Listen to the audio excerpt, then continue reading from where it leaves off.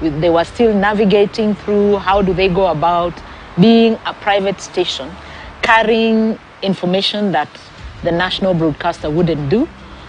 So it was a different kind of a ball game. Good evening and a very warm welcome to the 4th episode of the Kenyan version of Who Wants to Be a Millionaire. And it was like a breath of fresh air.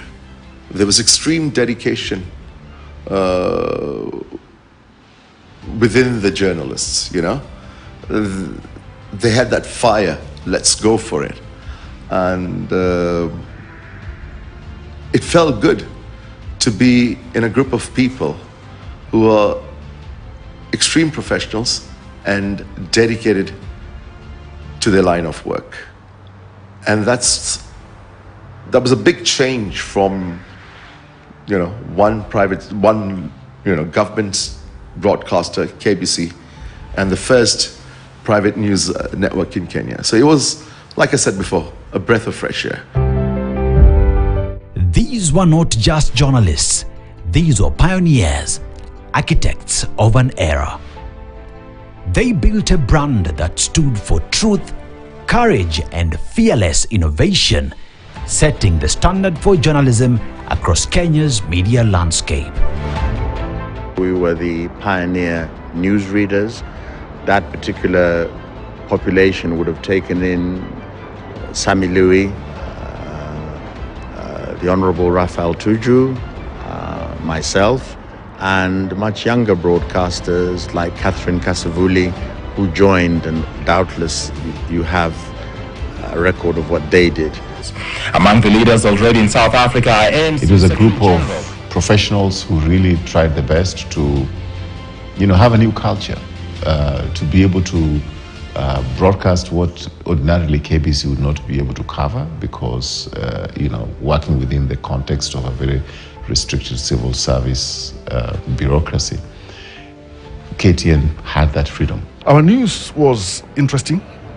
It was the first time that we started our news without Mtukufu Rais, and that was unusual because people are used to, the order of news was known. It is head of state. It was, it's really top down. KTN, we just followed the news. And we did quite a bit of that, following the news as it was. KTN viewers watch and learn about stories and issues that would not normally receive the attention of international news agencies. The state was not happy with the fact that we were able to go out and tell stories as they were, without any input or interference from them. And so it was dangerous. We were followed, our phones were tapped. At that time people were detained just for having a different opinion of what the state was saying. So it was a dangerous time, but also a fulfilling time. Christine Goku, KTN reporting. In the country, there was the push towards political multipartism. At the time, Kenya was a one-party state, and there was this group of people who wanted to be allowed to create and form other parties, and that was difficult because when we cover them, where do we air it? Kwa hivyo itatangazwa kutoka katika kila kituo. Alafu mwishowe we had this famous mlolongo lining up in party nominations of KANU, and somebody would count 1, 2, 3. This is the 100 on this line supporting this candidate, and 20 on this line supporting this candidate, and then they just declare the person who has got 20 has got more. And what was important is who was writing. They would just say a lie as to who has won. Now, with the advent of,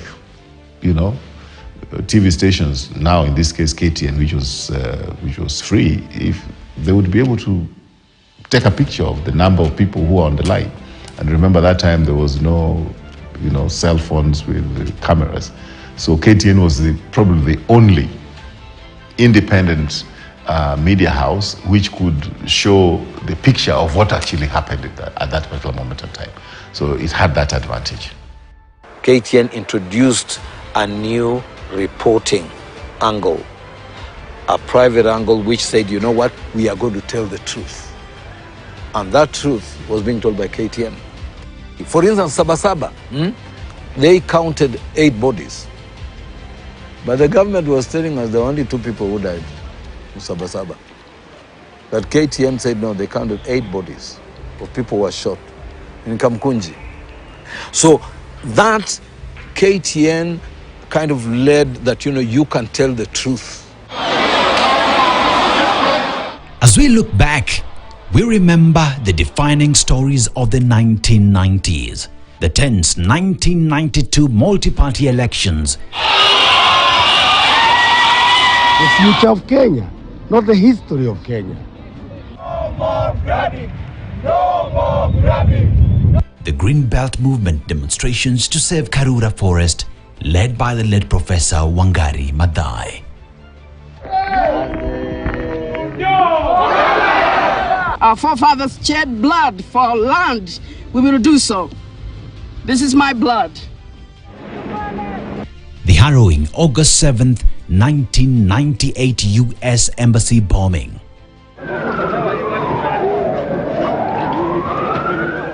KTN was there, breaking news at home, making headlines across the world.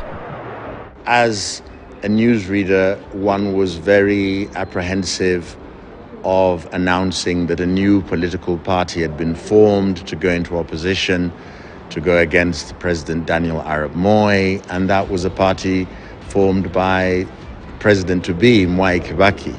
But I remember very vividly at the time that my producer, we were taking a bold step in making that announcement because the government was very much anti. I also remember that to interview President Moi at the time was something of a big deal. I do believe that I was the only journalist ever to have interviewed him face-to-face in his perhaps 25 years in power. So it was a big interview and it was a big deal, and people turned to KTN as the station to watch.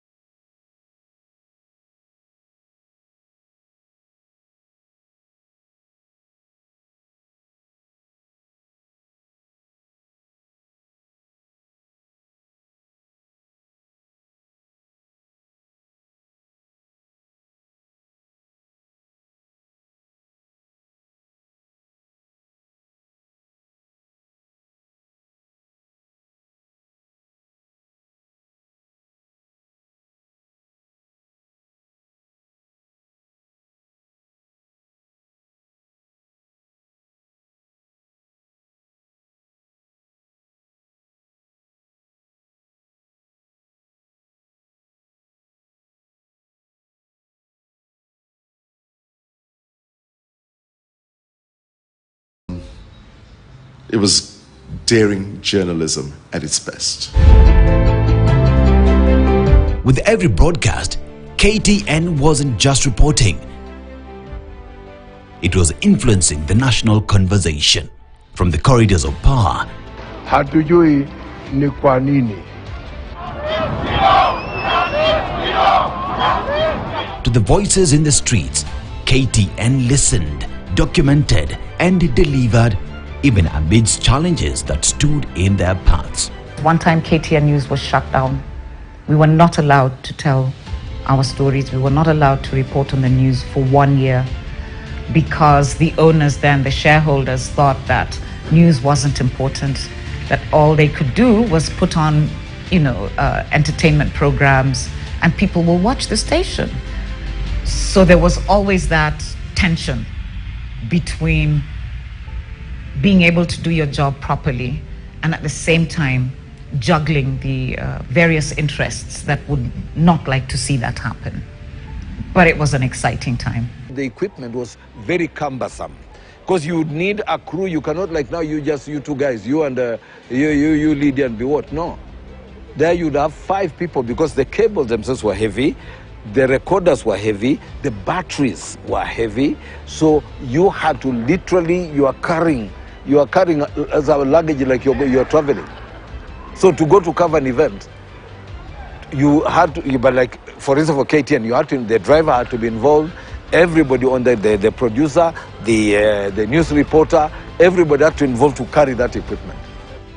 It was a good time to be in media because media then was actually media. And KTN definitely bore the cross of being responsible in terms of how their journalism worked. Looking at the way now the headlines are being done and the way the news bulletins are being done, I think that aspect of being bold, the ethos that was there in 1990 when it first started as a station, I think is coming back, and it's come back very, very well, given the current times we are politically, economically, socially, and things like that.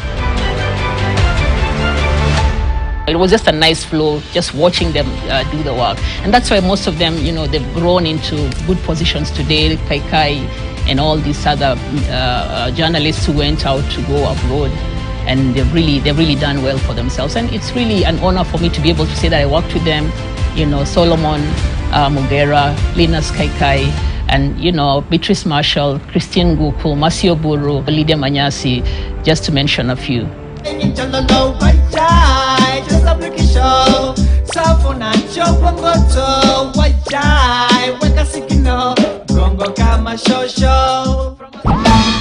Well, I certainly discovered this firsthand when we visited a magnificent forest that is a living museum of traditional culture.